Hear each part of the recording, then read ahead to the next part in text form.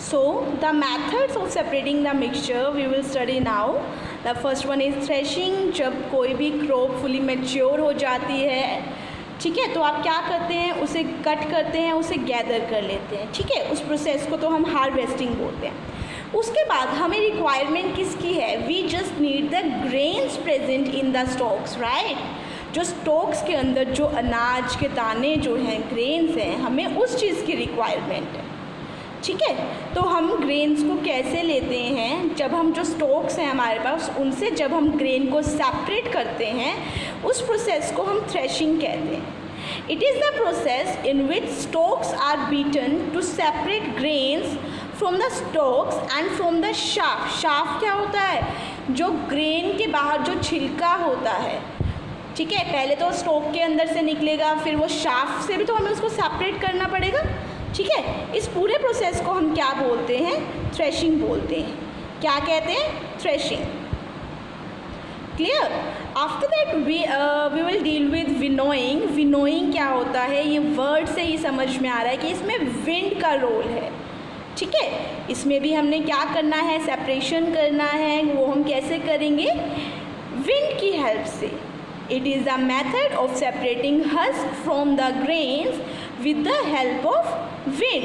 Husk क्या है, जो अनवांटेड मटेरियल है, हमारे लिए अनडिज़ायरेबल है, जो हमें किसी काम का नहीं है, उस प्रोसेस को हम क्या कहते हैं, विनोइंग। जब हम विंड की हेल्प लेते हैं, ठीक है, ग्रेन को सेपरेट करने के लिए।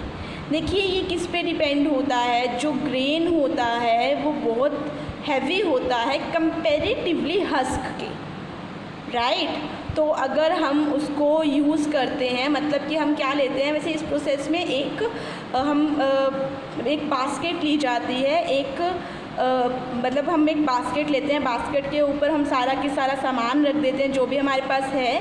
उसके बाद हम उसे क्या करते हैं, अपने हैंड में ऊपर उठाते हैं और धीरे धीरे से नीचे गिराते हैं ग्राउंड की तरफ। सामने हम क्या करते हैं, कोई भी कूलर या कुछ भी फ़ैन ऑन कर देते हैं, तो जो कूलर या फ़ैन की जो विंड होगी वो क्या करेगी, जो हस्क है उसको दूर ले जाएगी, क्योंकि वो क्या है, लाइट वेटेड है। और जो ग्रेन है, being heavier in the weight, वो ग्रेन अपने आप ही नीचे आ जाएगा, ठीक है। So this method is based on the fact that husk is very light whereas wheat grains are comparatively heavy, ठीक है। It is done by using winnowing basket. This is called chhaj. छाछ बोला जाता है, छाछ जो हम बोलते हैं हिंदी में इसको।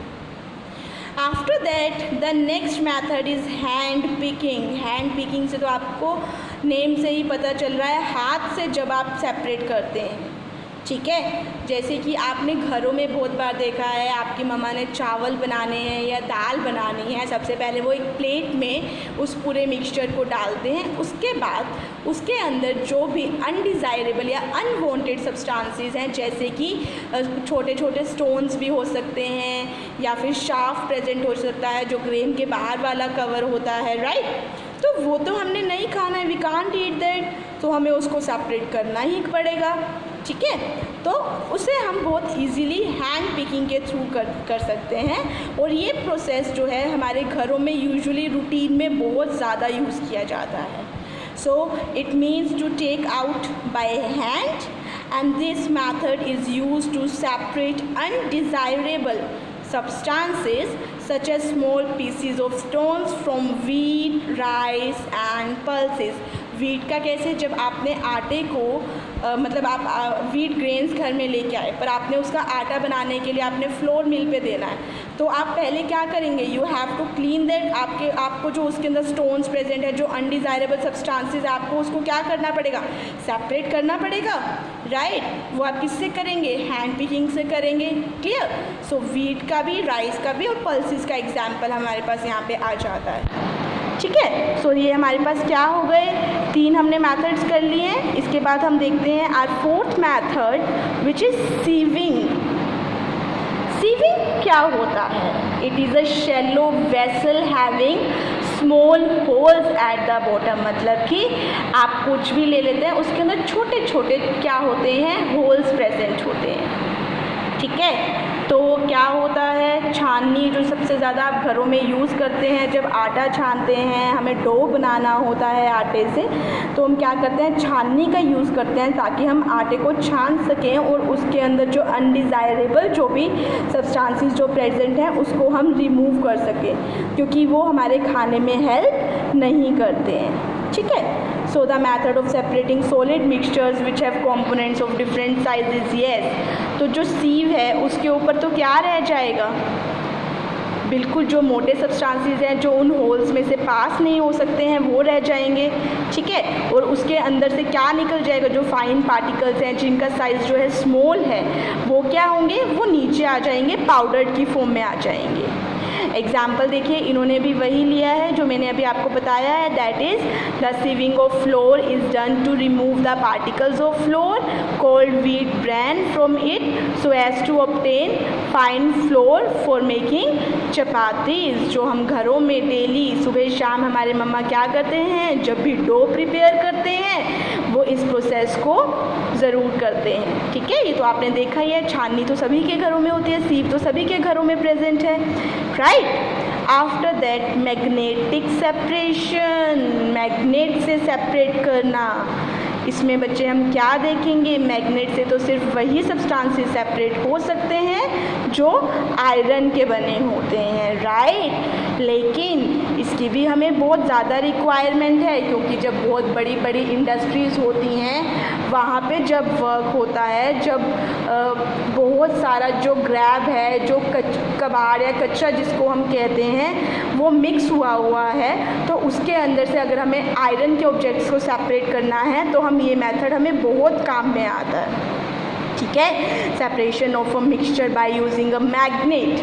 ठीक है। सेपरेशन ऑफ स्क्रैप, स्क्रैप का मतलब क्या होता है, जो आपके यूज़ का नहीं है। ठीक है। जैसे आप घरों में, आप मानिए आपके घर में वुड कंस्ट्रक्शन हो रही है या वुड वर्क चल रहा है, तो उस टाइम क्या होता है, वुड का जो हमारे पास छोटे छोटे पार्टिकल्स होते हैं वो बच जाते हैं, और उसके अंदर जो भी आयरन फिलिंग्स हैं अगर वो एंटर कर जाती हैं, अगर वो मिक्स हो जाती हैं, तो आप उसको कैसे सेपरेट करेंगे। देखिए, एक तो आप you can use the method of hand picking there, ठीक है, बट इसके अलावा अगर जो ये आयरन के पार्टिकल्स हैं ये बहुत ही स्मॉल हैं, इनका जो साइज़ है अगर वो बहुत ही छोटा है, तो आपको हैंड पिकिंग से आपको थोड़ा सा टाइम लगेगा।